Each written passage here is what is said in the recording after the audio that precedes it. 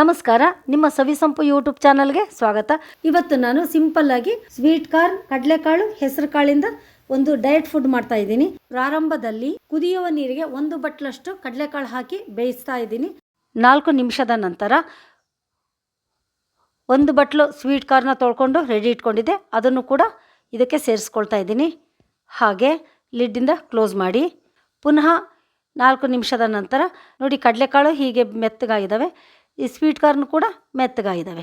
ಈಗ ಮೊಳಕೆ ಬಂದಿರೋ ಹೆಸರು ಕಾಳನ್ನ 1 ಬಟ್ಲು ಸೇರಿಸ್ಕೊಳ್ತಾ ಇದ್ದೀನಿ. ಹೆಸರು ಕಾಳನ್ನು ಇವುಗಳ ಜೊತೆ ಬೇಯಿಸಿದ್ರೆ ಬೇಗ ಕರಗೋಗ್ಬಿಡುತ್ತೆ, ಹಾಗಾಗಿ ಈ ಕಾಳುಗಳು ಬೆಂದ ಮೇಲೆ ಹೆಸರು ಕಾಳು ಹಾಕ್ಕೊಳ್ತಾ ಇದ್ದೀನಿ. ರುಚಿಗೆ ತಕ್ಕಷ್ಟು ಉಪ್ಪನ್ನು ಸೇರಿಸಿ ಸ್ವಲ್ಪ ಮಿಕ್ಸ್ ಮಾಡಿ ಲಿಡ್ಡಿಂದ ಕ್ಲೋಸ್ ಮಾಡಿ 4-5 ನಿಮಿಷದ ನಂತರ 3 ಕಾಳುಗಳು ಸಮನಾಗಿ ಬೆಂದಿರ್ತವೆ. ಹಾಗಾಗಿ ಒಂದು ಪಾತ್ರೆಗೆ ಕಾಳುಗಳನ್ನು ಸೋಸಿಕೊಳ್ಳಿ. ನೋಡಿ, ಎಲ್ಲ ಕಾಳುಗಳು ಸಮನಾಗಿ ಬೆಂದಿದ್ದಾವೆ. ಈಗ ಒಂದು ಬಾಣಲೆಗೆ ಮೊಸರು ನೀಡೋ ಚಮಚದಲ್ಲಿ 3 ಚಮಚದಷ್ಟು ಎಣ್ಣೆ ಹಾಕ್ಕೊಂಡಿದ್ದೀನಿ. ಎಣ್ಣೆ ಹದವಾಗಿ ಕಾದಾಗ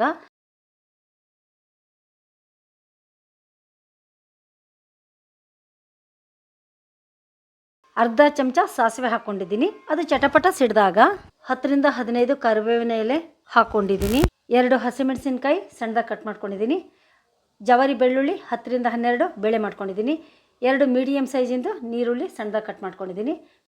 ಇವುಗಳನ್ನೆಲ್ಲ ಹಾಕ್ಕೊಂಡು ಹೊಂಬಣ್ಣ ಬರುವವರೆಗೆ ಫ್ರೈ ಮಾಡಿ ಲಿಡ್ಡಿಂದ ಕ್ಲೋಸ್ ಮಾಡ್ತಾ ಇದ್ದೀನಿ. 2-3 ನಿಮಿಷದ ನಂತರ ಅರ್ಧ ಚಮಚ ಅರಿಶಿಣ, ಅರ್ಧ ಚಮಚ ಗರಂ ಮಸಾಲ ಸೇರಿಸ್ತಾ ಇದ್ದೀನಿ. ರುಚಿಗೆ ತಕ್ಕಷ್ಟು ಉಪ್ಪನ್ನು ಸೇರಿಸಿ ಮಿಕ್ಸ್ ಮಾಡ್ತಾ ಇದ್ದೀನಿ. ಇದಕ್ಕೆ ಬೆಂದಿರುವಂಥ ಕಾಳುಗಳನ್ನ ಸೇರಿಸ್ಕೊಂಡು ಪುನಃ ಮಿಕ್ಸ್ ಮಾಡಿ 2-3 ನಿಮಿಷದ ನಂತರ ಲಿಡ್ಡನ್ನು ಕ್ಲೋಸ್ ಮಾಡಿ ಹಾಗೆ ಒಂದು 4 ನಿಮಿಷ ಬೆಂದ ನಂತರ ಲಿಡ್ಡನ್ನು ಓಪನ್ ಮಾಡಿ ಇದಕ್ಕೆ ಅರ್ಧ ಹೋಳಿಗೆ ನಿಂಬೆಹಣ್ಣಿನ ರಸವನ್ನು ಸೇರಿಸ್ಕೊಳ್ಳಿ. ಹಾಗೆ ಅರ್ಧ ಹೋಳಿಗೆ ಕೊಬ್ಬರಿ ತುರಿಯನ್ನು ಸೇರಿಸ್ಕೊಳ್ಳಿ. ಚೆನ್ನಾಗಿ ಮಿಕ್ಸ್ ಮಾಡಿ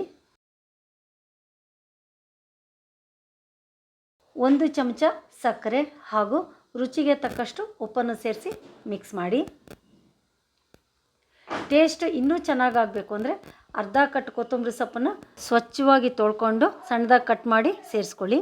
ಅಬ್ಬಬ್ಬಬ್ಬಬ್ಬ, ಏನು ಚೆನ್ನಾಗಿ ಕಾಣಿಸ್ತಾ ಇದೆ ನೋಡಿ. ಟೇಸ್ಟ್ ಕೂಡ ಸೂಪರ್ ಆಗಿದೆ. ನೀವು ಒಮ್ಮೆ ಟ್ರೈ ಮಾಡಿ, ಕಮೆಂಟ್ ಮಾಡಿ, ಆದಷ್ಟು ಶೇರ್ ಮಾಡಿ, ಸಪೋರ್ಟ್ ಮಾಡಿ, ಸಬ್ಸ್ಕ್ರೈಬ್ ಮಾಡಿ. Thank you.